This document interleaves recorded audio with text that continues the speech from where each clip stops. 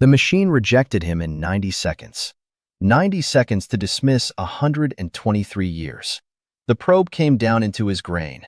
12,000 pounds of hard red winter wheat grown on the same Kansas soil his great-grandfather had broken by hand. And what came back on that screen was a single red flag. Variance exceeds preset limits. The young man behind the desk printed the report and walked outside to deliver it. He was polite. He was reasonable. He had charts and numbers and the logic of an entire industry behind him. Elias Thorne listened. He looked past the man's shoulder at the steel tower that had replaced the old wooden one he'd known his whole life. Then he said 3 words that nobody at that elevator had ever heard before. "We're going home." He had 18,000 bushels of wheat in that truck. No buyer. No backup plan. And a grandson who thought his grandfather had just made the worst decision of his life. He hadn't. But to understand why, you first have to understand what was in those 14 canvas bags. Elias Thorne was 72 years old in the fall of 2011. He had farmed the same 320 acres in central Kansas for 55 years, taking over from his father, who had taken it from his. He was the kind of man whose body kept a permanent record of his work, a forward lean from decades bent over engines, hands that looked carved rather than grown. He wore the same style of denim work shirt he'd worn since he was a teenager, always buttoned to the neck. He had never taken a bank loan. He had never bought certified seed. Both of these facts were considered, in Grafton County in 2011, to be symptoms of a man who had stopped keeping up with the world. He had 2 things his neighbors didn't. A cool, dry room off the main barn that held 14 heavy canvas bags, the oldest stitched with waxed linen thread, carried over from the Crimean Peninsula by a great-grandfather who trusted the seed more than the ship, and a philosophy, inherited like the bags themselves, that his neighbors had quietly decided was charming but obsolete. What survives is what bends. What is rigid breaks. His grandson Leo had a different word for it. He was 22, freshly returned from a year studying agronomy at Kansas State. He looked at those 14 bags and saw what his professors had trained him to see: a mess. The wheat inside those bags wasn't a single variety. It was a living record. For 123 years, the Thorne family had done something that modern agriculture considered not just inefficient but almost reckless. Each season, before harvest, they walked the fields by hand. They looked for the plants that had done something worth remembering, the ones that stood after a hard wind, the ones the rust hadn't touched, the ones that held their heads up when everything around them wilted. They'd harvest those heads separately, thresh them by hand, fold that seed back into the main stalk. They weren't selecting for yield. They weren't selecting for uniformity. They were selecting for survival. What they'd built over those generations had no official name, no certified variety number, no place in any registry. Geneticists would later call it a landrace, a diverse, adaptive population uniquely shaped by one piece of ground. Elias called it thorn wheat. His neighbors called it a relic. Leo called it the reason his grandfather would never be taken seriously. And Leo, standing in that barn in the spring of 2011, wasn't entirely wrong. The modern grain market ran on uniformity. Elias's wheat didn't ripen in one clean amber sheet. It came in a rolling wave, 2 weeks of golds and tans, short stalks beside tall ones, dark husks beside light. You couldn't run a single perfect pass with a combine through it. You couldn't feed it into a system built for identical inputs. The world had moved on. And it had moved on without asking Elias Thorne's permission. That spring, his grandson came home with ideas about GPS-guided tractors and futures markets. He saw the canvas bags the way his generation had been taught to see them, as sentiment dressed up as strategy, a dusty inheritance that was costing the farm money it couldn't afford to leave on the table. What neither of them could have known yet was what that summer was about to do to every field in Grafton County. The growing season of 2011 arrived wrong from the start.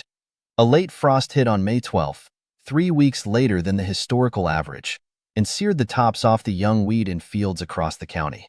The monoculture fields, all planted to the same 2 or 3 certified varieties, had all sprouted on the same schedule. They were all exposed at the same moment. They all took the same hit. Elias's field looked different. His wheat had sprouted in waves, some still underground when the frost came, some already standing but small enough to recover. The field survived as a patchwork.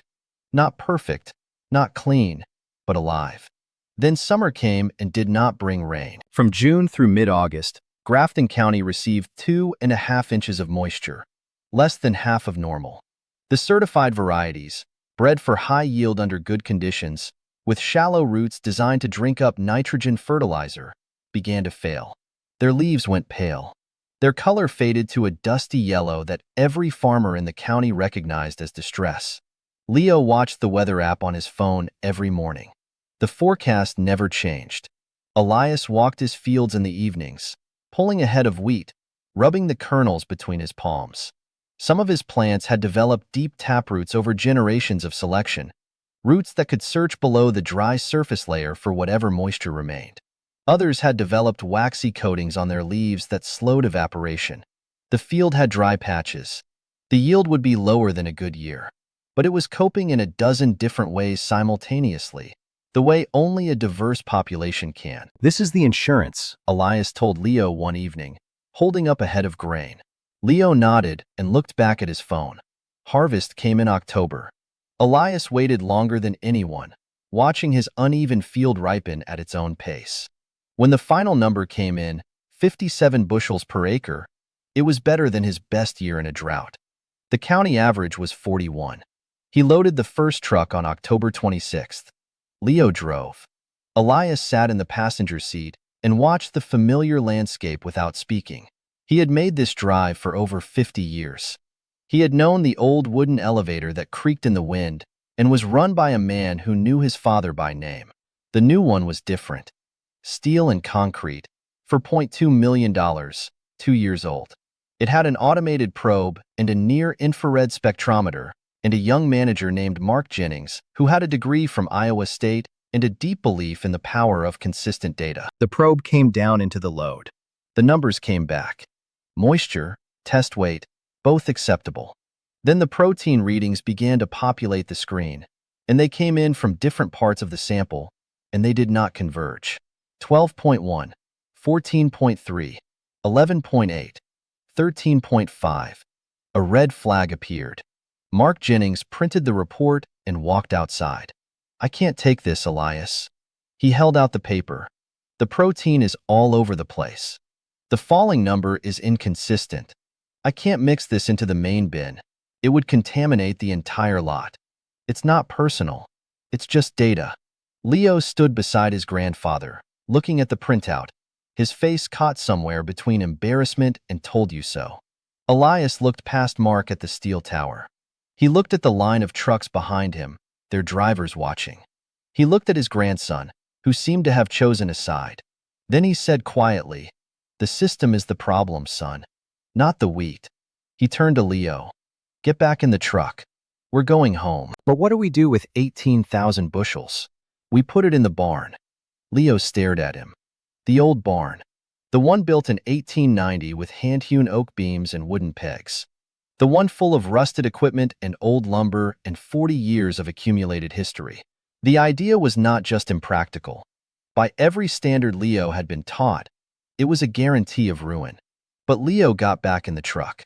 And the truck, heavy with rejected grain, made its slow, wide turn out of the co-op lot, past the waiting line of neighbors, past the silent drivers who watched and said nothing, and headed back the way it came. For 2 weeks, Elias and Leo emptied the old barn by hand. They dragged out a rusted 1948 John Deere. They hauled stacks of rotting lumber. They swept floors thick with a century of dust. They patched the walls, stuffed the gaps, nailed new planks over the old ones. Elias bought a used grain auger at an auction for $1,200 and ran every bushel from the bins into the barn's central bay. Leo worked with the quiet fury of a young man who believes he is watching someone he loves make an irreversible mistake.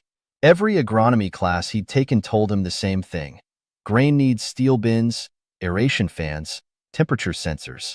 A drafty old barn would ruin it. Rats would get in. Moisture fluctuations would drive the numbers wrong. They would lose the whole year. By November 10th, the harvest was inside. All 18,240 bushels. A golden mountain in the dark, cool air of the old oak barn, smelling of something clean and ancient. Elias stood at the sliding door and looked at it for a long time. He had bet everything on a pile of grain the market had told him was worthless. Winter came. The farmers who had sold to the co-op got their checks. Mark Jennings was praised at the annual meeting. The Thorne farm became a cautionary tale at the local cafe. The old man finally lost it. Then, in late December, animals started dying. A cattle feedlot in the next county. Then another. The animals were sluggish, refusing to eat. Tests came back. The problem was the wheat, specifically the wheat grown under the drought stress of the previous summer. The monoculture varieties, bred without any resilience in their genetics, had been overwhelmed by fungi as their defenses collapsed. The result was mycotoxins, vomitoxin and zearalenone, invisible, odorless, and dangerous to any livestock that ate it. By mid-January, it was a regional crisis.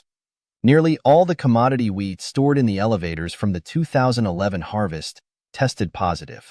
Safe for humans after processing, but poisonous to cattle, sheep, hogs, especially pregnant or young animals. The USDA issued an advisory. Feed suppliers began rejecting entire lots.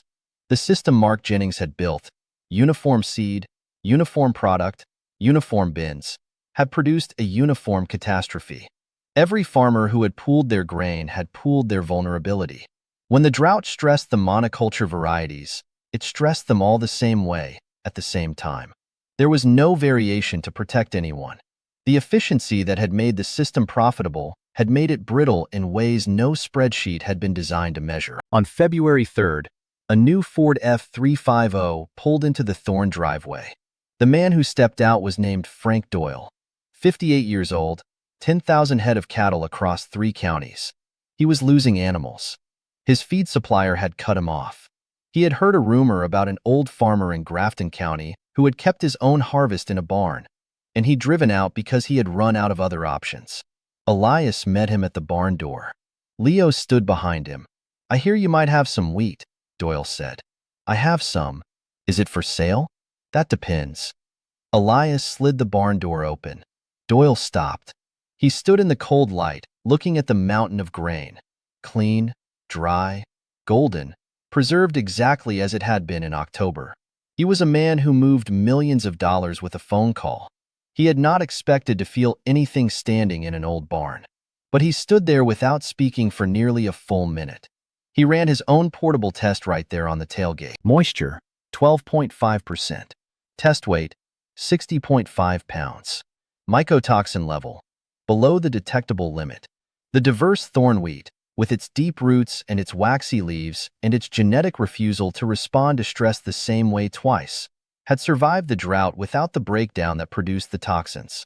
Its messiness was its immunity. Its variance was its purity.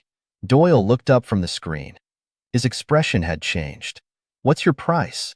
$15 a bushel. Leo's breath stopped. Market price was $7.80. Doyle's opening offer had been $10.80. 15 was not a negotiation. It was a declaration. Doyle looked at him for a long moment. Then he did the math. Then he stuck out his hand. "You've got a deal, Mr. Thorne." The check Frank Doyle wrote that afternoon, leaning against the fender of his truck in the winter sun, was for $273,600. Not a loud moment. Just the quiet scratch of a pen. Leo stood looking at it. At the number, at his grandfather, at the mountain of grain behind them. And for the first time since he'd come home from Kansas State, he didn't see a liability in those old canvas bags. He saw what they actually were. 123 years of listening. The story spread through the state. It was treated as a fluke at first. One lucky old farmer, one bad year, unlikely to repeat. Then 2014 came, in another drought, and the same thing happened. The monoculture crops failed. The few farmers who had started growing thorn wheat from seed they'd bought from Elias had clean grain and waiting buyers. Elias never sold to an elevator again. Frank Doyle and a consortium of livestock operators gave him a long-term contract at a significant premium. He wasn't a commodity producer anymore. He was something the market hadn't had a category for. a farmer who sold resilience. He used the money to buy the 160 acres adjacent to his own, which had come up for sale. He didn't plant wheat on it. He restored it to native prairie, a buffer, a home for the pollinators and beneficial insects that had always worked quietly alongside his crops. Leo took over the farm in 2017. He didn't run it the way Kansas State had taught him.